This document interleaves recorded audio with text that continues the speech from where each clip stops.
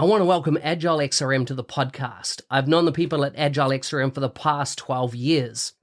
I've seen how their business process management tool can add massive value to complex organizational processes in sectors such as finance and government.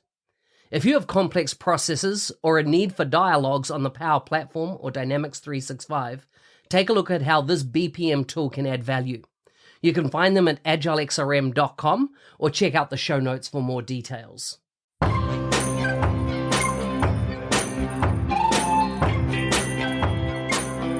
Welcome to the MVP Show.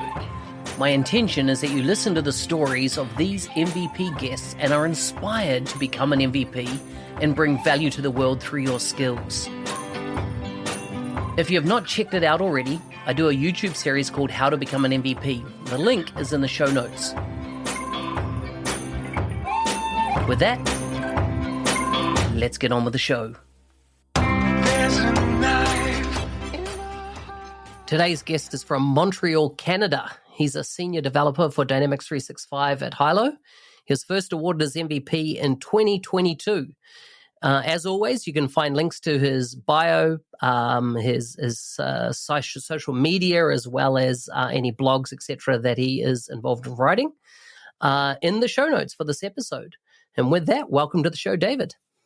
Hi, Mark. Nice to finally meet you. Exactly, right? Exactly. It's so good to see another Canadian MVP. I think the MVPs that have gone before you in Canada have done you proud. And it's always good to see the numbers increasing. So thanks for having me on the show. Like as you said, just a bit about me on the to start. Yes, as you said, I'm based in Montreal, Canada, which is the French province of Canada. So the main language here is French. So that's where you'll see my accent might come out a bit tonight.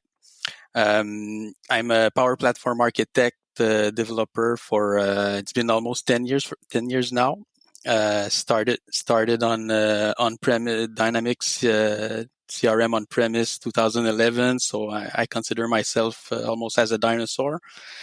But I've been able to see the evolution of the Power Platform to see where it is right now, and it's clearly a very good time to be developing on this platform. Awesome. And it's so right. You've been in the game a long time. You've seen the birth of the Power Platform. And of course, now with it seems to be accelerating away with all the latest GPT stuff being added into it, as well as, so many new connectors, features, etc. coming out. Tell me about how, actually, before we get started, let's just talk a bit about family for you, food. What's the best things to eat in Montreal, Quebec? What do you do that involves snow? I assume you get a bit of snow there. I have an amazing wife that supports me in all my crazy things and all the extra hours I put in my career and also becoming MVP. I have a lovely daughter of 5-year-old. So right now they're my rock. It's spending a lot of time trying to spend a lot of time with family. Like career is good, but family is having a good balance between family and work is also very important for me. What do I do these days? It's winter here in Canada, so these days I'm teaching my daughter how to ice skate. So that's things like that. So in Quebec, and of course the best food in Montreal would be the most known would be the poutine. I have not heard of this. You don't know that? No. It's our main. It's one of our most popular. It's what you eat after you go out. When you go for a pint with your buddies, that's what you go to eat after to settle down. It's like fries with gravy and cheese. Wow! So just literally fries with gravy and cheese poured over the top. Wow! I'd not heard of that. Yeah, that's our. That's one of our most notable. Wow. Dish I had no idea. How cold does it get in the middle of winter there in Quebec? It can be we get -20s, -30s. Wow. But with climate change, it's better and better. But Wow. maybe that's not that good. Yeah. Totally. So how did your journey begin into tech? How did you get into technology? And particularly then, as you transition through that story, how did you get into Dynamics? Back in the day, 2011, CRM 2011. I remember that product. Yeah, I started actually I started in 2013 to be a complete full Dynamics developer. But my journey is not linear in tech. I was my first career was in biotech. So I worked for almost 10 years in the biotech and pharma industry. So and it's there that I began. Before the term was coined, I was a citizen developer. So one of my tasks, thing that I really enjoyed in that career was to automate processes. It was the early 2000s, so things were not as automated as they are today. So one of my tasks were to automate the production in the labs and things like that. And with this is where I began to be passionate with IT, and then I went back to school in the evening school. I did my computer science class, and then I decided in 2013 I decided to switch completely to tech as a developer. Where were you first introduced to 2011? Actually, it's my first job as a developer. We had a consulting firm taking care of our Dynamics. We had the Dynamics in that company, and they wanted to get rid of the consultant, so they asked me if I wanted to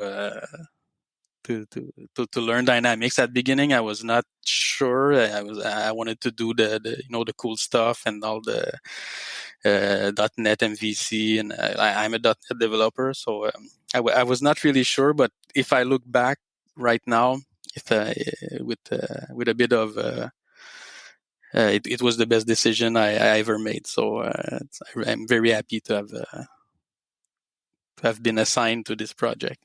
I love it, and it's such a good story. I like that it was the best decision you made, because it resonates with me, that type of feeling. Tell me, when you were first introduced to Power Platform, and if you look at the underlying Dataverse and the predecessors to it and the various names it went to, we're really on version 2, right? So what happened?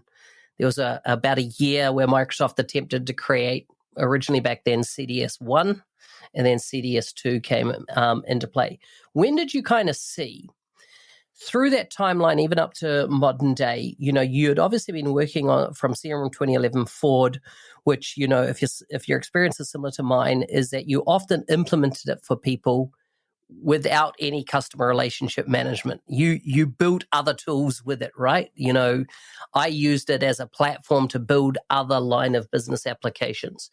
Where was it that you it clicked for you that, you didn't need to use Dynamics 365 products anymore to build applications? You could just go straight to the core, go to the Power Platform, get a clean Dataverse environment, and build from there up. Was there a point that, you recognized that there was a transition, that you didn't have a dependency anymore on Dynamics as such? Yeah, actually, most of the project I've been working on, even because I worked for a consulting firm for 5 years, we were specialized in Dynamics CRM. So I've always worked for big companies that were leveraging the first party apps. So, but of course, even for personal stuff, you don't need these for first party apps. And even most of our customers that I've worked on in the past, they could have gone with just their own version of maybe the you see the lead sales and things like that. Sometimes they only need a small subset of all the capabilities, so they could have gone vanilla and build their own entities and have maybe a better product without paying all these licenses. And but still, the first party apps are still a good it's a good bet. Absolutely. I find, projects with customers transition from being Power Platform to then bringing in Dynamics more and more as they have an idea that they want built, and you're like, hey, there's actually an app already for that. We transition to there. Tell me about, and I know I'm jumping around a bit, but I saw you've got some experience with PCF. Oh yeah, right. I was hoping to talk to you about PCF. It's one of my favorite subjects. Okay, so first of all, not everybody will know what PCF is. Do you want to explain what it is and then why you're passionate about it? Yeah, actually, the PCF stands for Power Apps Control Framework. So it's a way to do front end development to change the behavior of the way the forms are rendering out of the box. So, for example, you will have a text box or a drop down or a lookup on the form, on the modern driven form, and what you will do with a PCF is you can inject your own component with your own behavior and to change the rendering. So you can do very cool stuff with that. Like one of my favorite is I made a country picker, which is will give you a drop down with all the countries and the flags and the image of the flags, things like that. I made one that have a lot of leverage that takes a lookup. So if people who know the lookup is a way to link, let's say, an account to a contact. So you will want when you choose the primary contact of an account, you will out of the box will be presented with a way to choose the contact, but it might not be super user friendly. So I made a PCF to change the lookup as a drop down. So when you have a small subset of choice, it's a very good. So and one of the best thing about PCF is they are like the pro devs will do the control, will program the control, and they can hand that to the makers, and the makers only have to like drag and drop the control on the form, put their configuration, and they don't need to tell the developer, oh, can you put me some JavaScript on the form to do this and that? Like the control itself is prepackaged and really easy to use. So it embraces the Fusion dev philosophy. So, and I'm not deep in this area of the product. I fundamentally know what PCF is and the whole idea of creating controls and that extensibility that you create in the UI for makers, from a developer perspective. Tell me how much is changing in the UI, particularly in the last 12 months that you've observed, and how much additional UI control would you like? And I'm thinking both on the model driven and the canvas side of the house.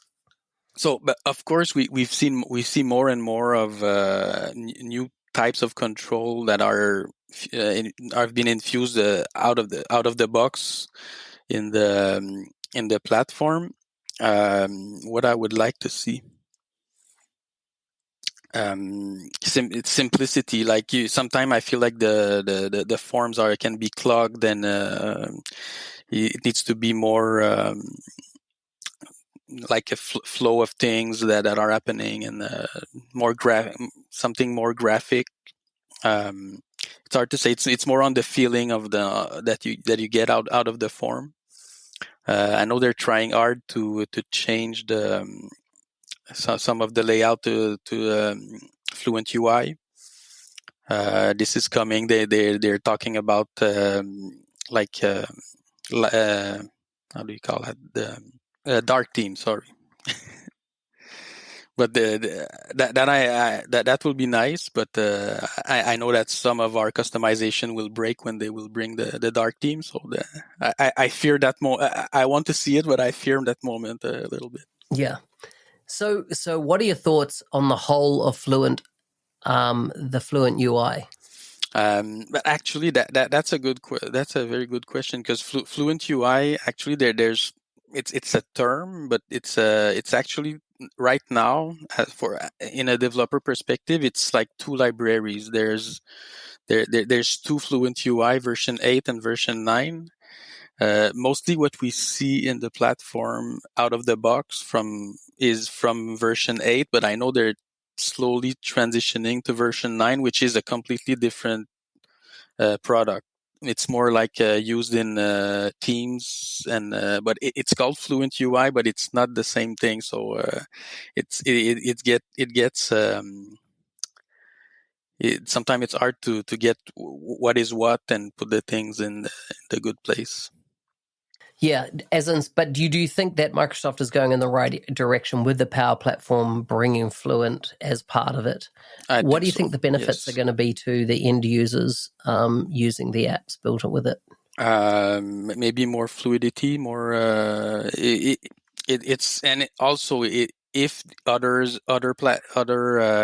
application from the stack are getting developed with the same library, then you will see a unicity between different application or experiences for the end user. So I think this can only be beneficial. Have you had people ask you about how to become a Power Platform architect? Like, what are the things that you should do if they wanted to move their career to become a Power Platform architect? Is there any recommendations you make to them? Be passionate. Always you always need to learn. It's the Power Platform is so vast that I don't think that you can be that you can know everything. And as an architect, of course, you need to have a good 360 vision to know a bit of everything, but you won't be able to be an expert in everything, because it's like choose a couple of area that you really like, because if it's going to be your career, you might as well do something you like, and but never stop learning. And it's a great platform. It's there and it keeps evolving from wave to wave, and you see the amount of investment that is being made from Microsoft in the platform. It's I don't think it's gonna. I think it's there for a long time, but not in the form. It's gonna evolve all the time. So. Who nominated you? How did you become an MVP? What was that process for you? Yeah, actually, I was first nominated by Eric Sauvé. He's a Canadian MVP who I had the chance. Oh, I know him. He's a great guy. My kid's teddy bear, she's 2.5 years old, came from Eric. Oh yeah, mm-hmm. That's good. And actually, I had the chance to work with him for 5 years. So he's a close friend to me. He first nominated me in I think in 2021. I didn't make the cut, but it's all good because I upped my game a little bit. I was nominated this year by Guido Priti.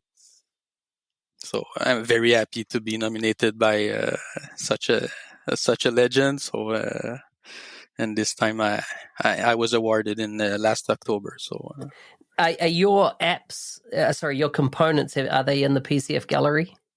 Oh yeah, of course. Yeah. That's if you're a PCF author, you need to the first thing whenever you're done with your control, the first thing you need to think is to publish your component in the PCF gallery. It's the best exposure you can have for your controls. Yeah, so true. He's definitely a legend, Guido. He's amazing guy. I've spent some time with him and followed his career for all the years. He's been an MVP. So yeah, can't speak highly enough of him. Tell me about, did anything change for you when you then became an MVP? Was there a big highlight in particular, or something that kind of, wow, this is awesome now that I'm an MVP?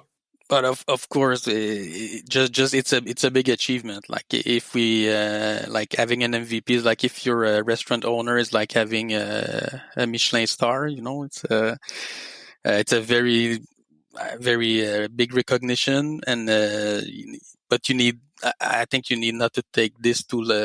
You need to, once you get it, you need to up your game again and keep producing stuff. That's the hardest part, because you get to a point where you invested so much, then you have it, then you take a break. It's good for for family, but after that you need to push the machine again and start doing stuff.